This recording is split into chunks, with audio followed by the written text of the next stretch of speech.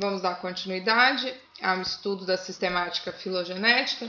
Então, no vídeo anterior, nós falamos sobre como interpretar um cladograma, né? A diferença entre anagênese e cladogênese. Vamos seguir na interpretação aí desses cladogramas. Aqui eu tenho duas representações diferentes, mas contando a mesma história evolutiva. Então, nesse primeiro, espécie A, B e C. No segundo, espécie B, A e C.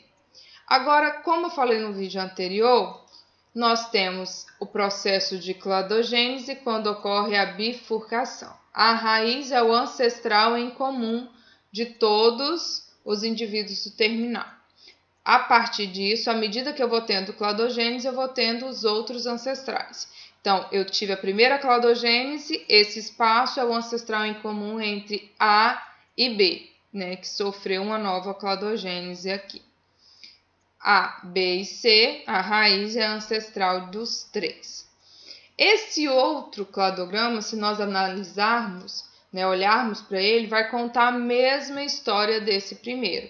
Eu tenho uma raiz, tá, e tenho duas cladogêneses, um ancestral em comum entre os três indivíduos terminais. A primeira cladogênese deu origem à espécie C, assim como na primeira aqui. A segunda cladogênese deu origem à espécie A e B. Então, conta a mesma história evolutiva, apesar da representação gráfica estar um pouco diferente. Lembrando, mais próximo da raiz passado e aqui presente. Outro conceito que a gente pode tirar dos cladogramas é o conceito de grupos irmãos. Eles são aqueles que partem do mesmo nó ou da mesma cladogênese. Então, aqui, ó, eles são mais próximos evolutivamente falando. Então, se eu pegasse esse cladograma e colocasse em prova para vocês, perguntando entre o indivíduo A, B e C, quais são os mais próximos evolutivamente? Eu vou analisar primeiro as cladogêneses, né? 2 eventos de cladogênese, 2 eventos de especiação. Aqui, o indivíduo A e B surgiram da mesma evento de cladogênese, então eles são mais próximos evolutivos ou são grupos irmãos, tá? O ramo, né, ou grupo irmão, ele pode girar em torno de cada nó sem modificar a história evolutiva. Então, eu tenho aqui, vai conter a mesma informação novamente, esses dois grupos, essas duas cladogêneses aqui, essas duas representações. Eu só fiz o quê? Peguei aqui, estava A e B e girei. Transformei em B e A. Modifiquei a história evolutiva? Não, surgiu a partir do mesmo evento de cladogênese. Eu sempre leio de baixo do passado para o presente. Não importa a sequência. Quer dizer aqui que A é mais próximo de C do que de B? Não. Quando eu olho história evolutiva, eu olho sempre o evento de cladogênese, onde ocorreu a ruptura, tá? Então, se eles são grupos irmãos, compartilham o mesmo evento de cladogênese, eles são mais próximos evolutivamente falando. Outro erro de interpretação é pensar na história da evolução como uma escada. Então, nós temos essa mania, né, de acharmos que nós somos mais evoluídos do que os outros seres, o que não é verdade. Todos nós estaríamos no ápice, tá, da árvore filogenética. Então, todos nós estamos no mesmo grau de evolução, cada um ajustado ao seu modo de vida, tá? Não somos mais ou menos adaptados, nós somos mais ou menos evoluídos, tá? Somos ajustados ao nosso modo de vida.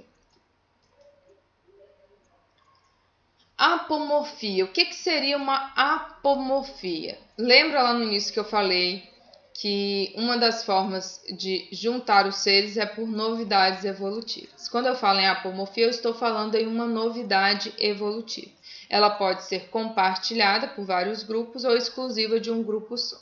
Vamos aqui ao exemplo. Tem espécie A, B e C que possuem um ancestral em comum. tá?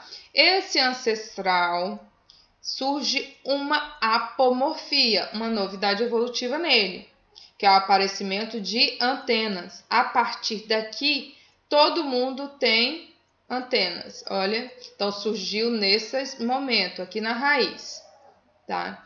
Então, surgiu a antena, deu origem à espécie A e a espécie, e aqui é o ancestral de B e C.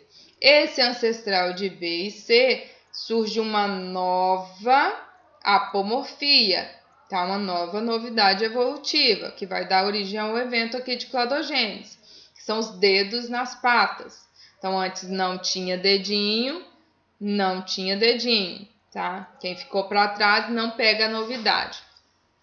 E agora passa a ter a novidade, tá? Que vai ser compartilhada por B e C.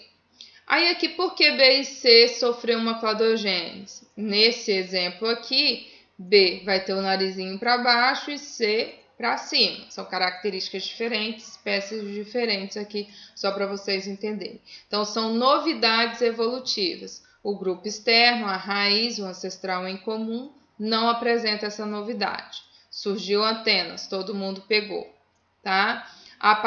Depois de A, surgem os dedos, novidade evolutiva, tá? E depois de B, vai transformar aqui o narizinho. Então, sinapomorfia quando a novidade é compartilhada. Todo mundo compartilhou a antena. Então, é a sinapomorfia do grupo A, B e C, tá? Todo mundo aqui, B e C, compartilhou os dedos na pata. Então, a sinapomorfia de B e C. Antenas e dedos são apomorfias no seu tempo previsto. Então, qual é a apomorfia mais antiga? Presença de antenas. Tá? Apomorfia mais recente na história evolutiva. A presença de dedos nas patas. Tá? Então, nós temos aqui outro cladograma, agora sem ter os desenhos, tá? Como vai vir geralmente em prova.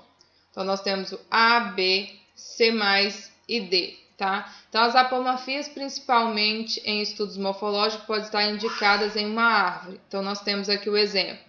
O grupo C mais o D é unificado pela apomorfia 1. Tá? O grupo B, C e D é unificado pela apomorfia 2. Então, a partir daqui, todo mundo tem essa apomorfia. E assim por diante. Assim como nós vimos no exemplo anterior.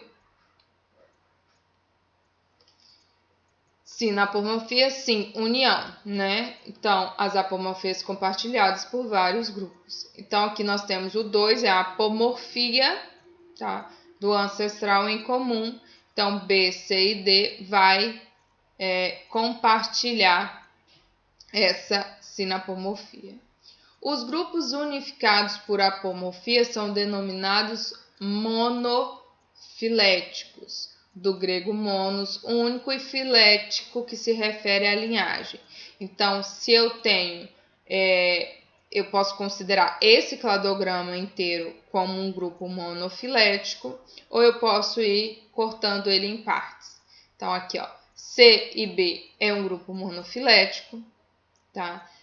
B e C, se eu olhar a apomorfia 2, ele também vai ser um grupo monofilético, tá? Agora, se eu olhar a apomorfia 1, monofilético é C e B. A depender de onde eu for olhando, eu vou ter um grupo monofilético. Agora, se eu pedir a comparação entre grupos que não compartilham uma novidade evolutiva imediata, eu tenho um grupo parafilético. Então, B e C, por exemplo, aqui, eles surgem de cladogêneses diferentes e não compartilham imediatamente a mesma apomorfia, a mesma novidade evolutiva. Então, eu tenho B e C é um grupo parafilético, quando eu considero só B e C, tá? E eu vou ter um grupo polifilético quando eu pulo mais de uma, mais de uma linhagem. Então, eu tenho aqui, Se eu excluir mais de uma linhagem de descendente, eu considero o denominado grupo polifilético, do grego polis, muitos, filético, linhagem. Deixo de fora várias linhagens, tá? Então aqui eu considerei só A e C, deixando de fora B e D, então eu tenho um grupo polifilético. Até mais!